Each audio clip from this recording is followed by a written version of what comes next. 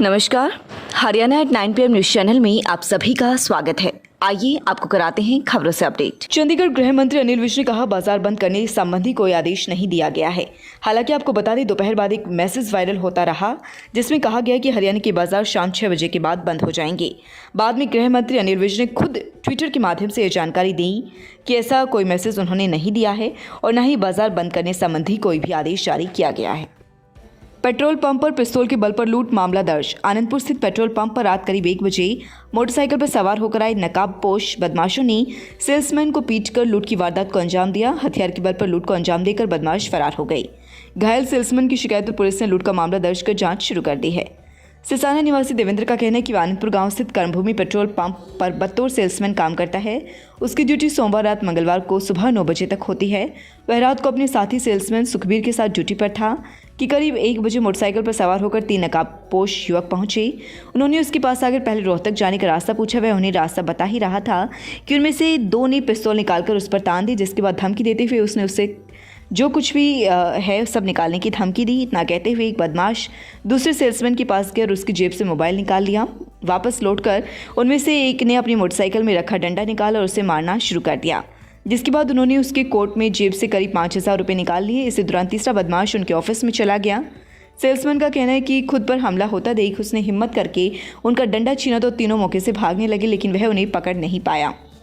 जिसके बाद वारदात की सूचना पाकर उन्होंने पंप मालिक को सूचना दी। सूचना पाकर पुलिस टीम ने मौके पर पहुंची और वहां घायल सेल्समैन देवेंद्र की शिकायत पर पुलिस ने लूट का मामला दर्ज कर जांच शुरू कर दी है। मेरा नाम अनिल कुमार है और मैं सोनीपत का रहने वाला हूं। मेरा गांव आनंदपुर है।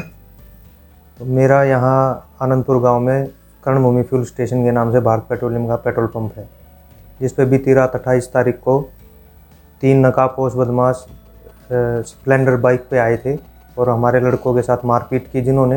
और मेरे लड़के जो सेल्समैन थे, एक का मोबाइल छीन के ले गए हैं और एक लड़के सेल्समैन के साथ उन्होंने काफ़ी मारपीट की और उसकी पॉकेट से लगभग 5,000 रुपये छीन के लेके गए हैं वो।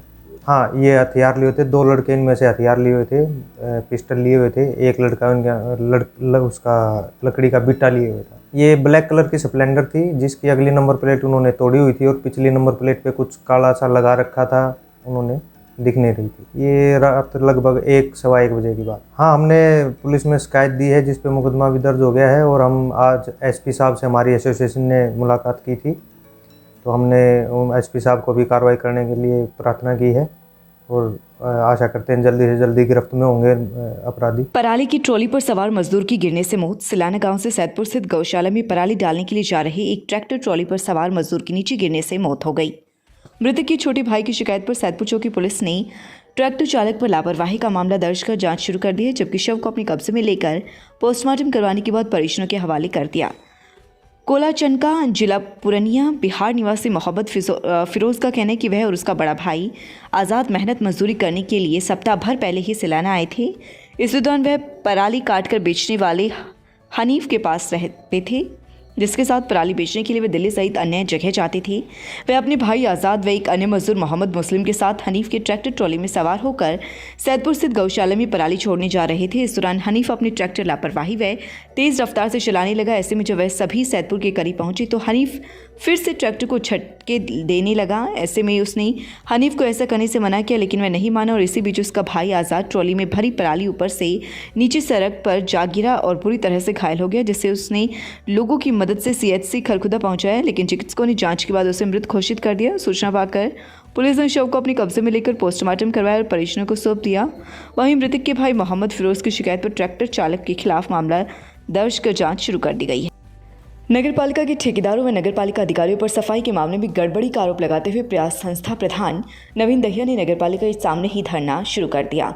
उनका कहना है कि नगरपालिका ने इस मामले में कोई कार्यवाही नहीं की। उनका कहना है कि यह टेंडर कैंसिल किया जाना चाहिए या सफाई व्यवस्था समुचित की जानी चाहिए। देखिए, आज से 3 दिन पहले हमने एक नगरपालिका के सफाई घोटाले का खुलासा किया था। इसमें हमने बताया था कि जो अधिकारी है और ठेकेदार ने ठेका दे रखा है, वो दोनों मिलीभगत करके किसी तरह से जो उनकी ड्यूटी है कि डेली आपको हर घर पे जाना है, कूड़ा उठाना है, वो ड्यूटी को पूरा नहीं कर रहे।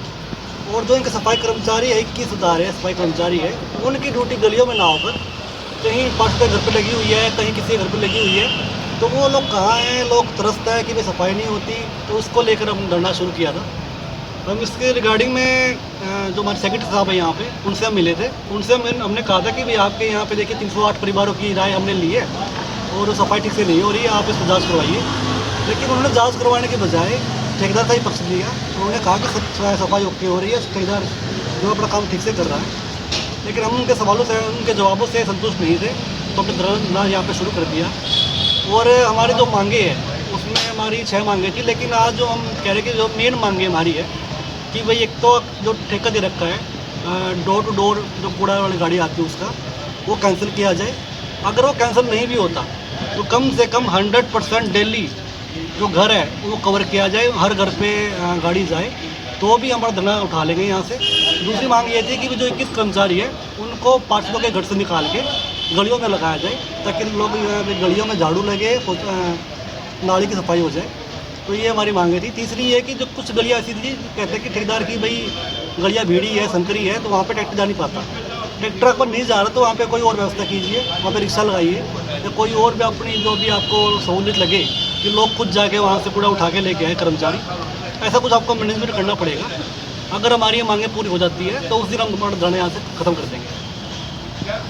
लेकिन जब हमने खुलासा किया था हम घोटाले का कि मिलीभगत करके घोटाला कर रहे हैं, हर महीने 5 से 6 लाख रुपये नगर पालिका को चपत लग रही है, तो उसके बाद अगले ही दिन सुबह 2 आदमी मेरी गाड़ी उन्होंने रुकवाई रोड पे और उन्होंने धमकी दी थी कि भाई आपने जो खुलासा किया है वो तो जो आपने कर दिया, लेकिन आगे जो धरना आप देना चाहते हो वो धरना आप पोस्टपोन कर दो या कैंसिल कर दो, और जो भी आप अधिकारियों से मिलना चाहते हो उसको भी आप टाल कर दो, नहीं तो फिर आपके साथ कुछ भी गलत हो जाएगा तो उसके लिए हम जिम्मेदार नहीं होंगे। जो भी ये धरना इनके द्वारा दिया जा रहा है, जो ये कह रहे हैं कि पार्षदों के घर पे सफाई कर्मचारी कार्यरत है, ऐसा कुछ कोई भी नहीं है, सभी फील्ड में हैं हमारे जो कर्मचारी हैं और निम्नानुसार कार्रवाई कर रहे हैं। और इसके अतिरिक्त ठेकेदार द्वारा कोई भी लापरवाही या कोई उसके खिलाफ शिकायत आती है उसको पेनल्टी भी लगाई जाती है और उचित कार्रवाई की जाती है। रोहना गांव के खेतों से 2 बिजली ट्रांसफार्मर चोरी। गांव रोहना की खेतों से चोरों ने 2 बिजली ट्रांसफार्मर चोरी कर लिए हैं।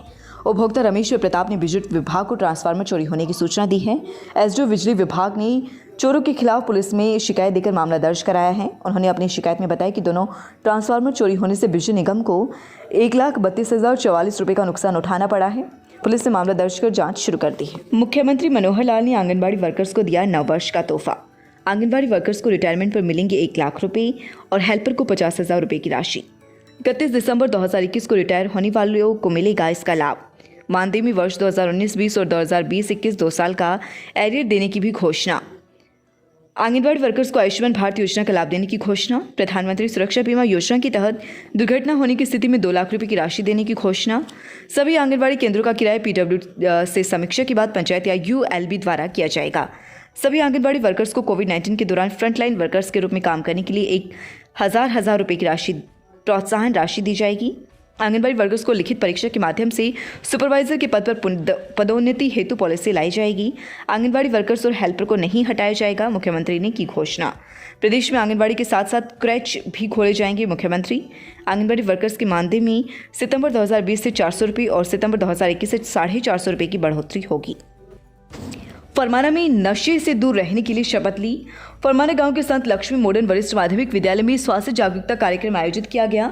स्वास्थ्य विभाग की तरफ से धूम्रपान निषेध कार्यक्रम के तहत PHC फरमाना प्रभारी डॉक्टर रवीश विद्यार्थियों को इस दौरान नशे से होने वाले नुकसान की जानकारी देने के लिए पहुंचे। उन्होंने सभी को नशे से दूर रहने के लिए और अपने परिवार सदस्यों को भी दूर रखने की शपथ दिलाई। इस अवसर पर उन्होंने कहा कि नशा स्वास्थ्य को ही नहीं बल्कि जीवन को बर्बाद कर देता है। हम इसलिए सभी विद्यार्थी इस बात को ध्यान रखें कि वे ना तो खुद किसी प्रकार का नशा करें और न ही अपने परिवार के किसी सदस्य को नशा करने दें। इसके साथ ही नशे के खिलाफ हर संभव आवाज़ भी उठाने का काम करेंगे। ऐसा करने से ही सभ्य व स्वस्थ समाज का निर्माण होगा। इस दौरान कविता, भाषण व पोस्टर मेकिंग प्रतियोगिता का भी आयोजन किया गया, जिसके तहत विजेता विद्यार्थियों को डॉक्टर रवीश द्वारा पुरस्कृत किया गया। इस दौरान स्कूल निदेशक सुबेर सिंह व प्राचार्य देवेंद्र मलिक सहित अन्य स्टाफ सदस्य मौजूद रहे। आने वाले नववर्ष 2022 की आप सभी को AP Garg public school Sapla road Kharkhoda की तरफ से शुभकामनाएं। 2001 से लगातार शिक्षा के क्षेत्र में अग्रणी योगदान लगातार जारी। रजिस्ट्रेशन एवं एडमिशन शुरू। नर्सरी से 12वीं तक आर्ट्स, कॉमर्स, साइंस सहित सभी लैब सुविधाएं उपलब्ध, fully AC room and CCTV facility, pre primary तक के बच्चों के लिए खेल खेल में शिक्षा की बेहतर व्यवस्था। एपी गर्ग पब्लिक स्कूल का मुख्य उद्देश्य है बच्चों को शिक्षित कर एक जिम्मेदार नागरिक बनाना, ताकि भविष्य में वह ऊंचाइयां छू सके और अपनी व अपने पेरेंट्स के सपने पूरे कर सके। मैं सोनीपत में रहने वाली पटेल नगर से, और ऑपरेशन हुआ है। मैं कई दिनों से परेशान थी अपने बच्चादानी से, और निकलवाई है। अच्छे से ऑपरेशन हुआ है, अच्छे से डॉक्टर गौर कर रहे हैं, अच्छे से बिल्कुल वो कर रखा है, और कल डिस्चार्ज हो जाएगा। लगातार खबरों से बनी रहने के लिए चैनल को लाइक, सब्सक्राइब और शेयर जरूर करें। धन्यवाद।